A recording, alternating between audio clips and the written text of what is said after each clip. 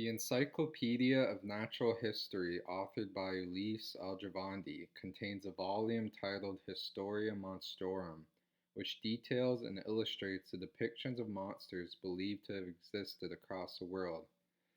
A specific monster, Regina Infulae Floridae, described is a woman dressed in a certain style of clothing, carrying items and specifically a plant shoot. Aldrovandi's monster raises important questions as to why Regina Infulae Floridae was included in the Historia Monstrorum and how this depiction in history still holds contemporary relevancy.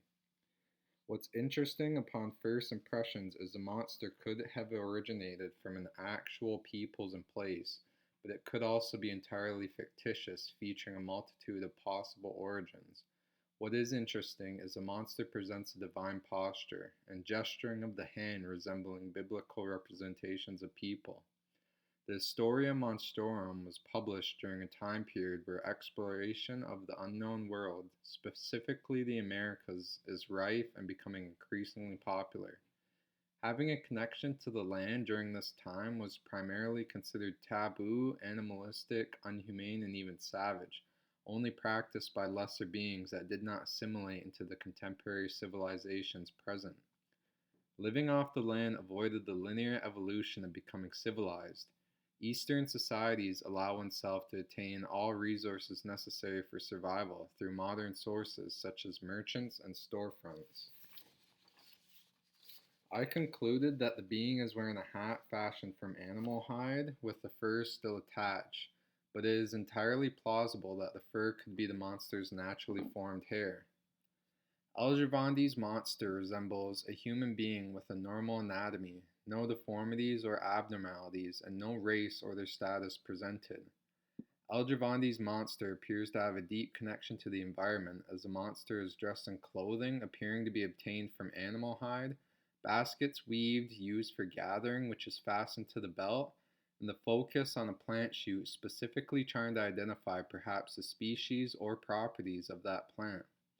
The monster seems to be able to retain the knowledge about the plant being held, as an understanding of how to weave baskets along with the tanning and fashioning of hide into articles of clothing. All of these potential skills are impressive and show the monster's humanity behind surviving and flourishing where most people are not accustomed to or perceived as a necessity within their lifestyles.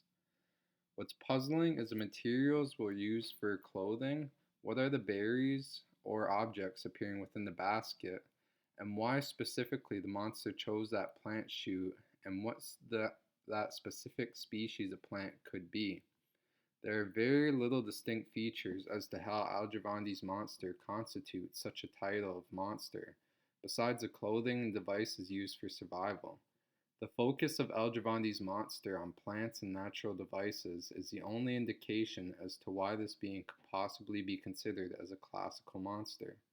Aldrovandi's monster appears to be completely human while dressed within the guise of what constitutes a monster, presenting stark similarities with Frankenstein's monster. An important question is, why did Aldrovandi consider this being as a monster worth including in the Historia Monstrorum? Having a connection to land, plants, and animals is uncommon in both historical and contemporary times.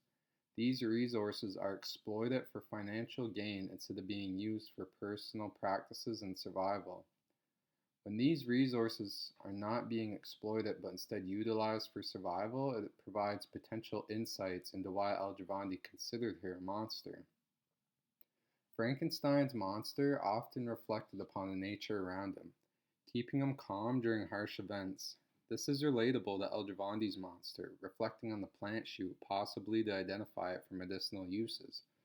Frankenstein's monster has a learned knowledge of his environment, which he utilized in order to survive, paralleling Aldrovandi's monster using animal hide fashioned into clothing for warmth.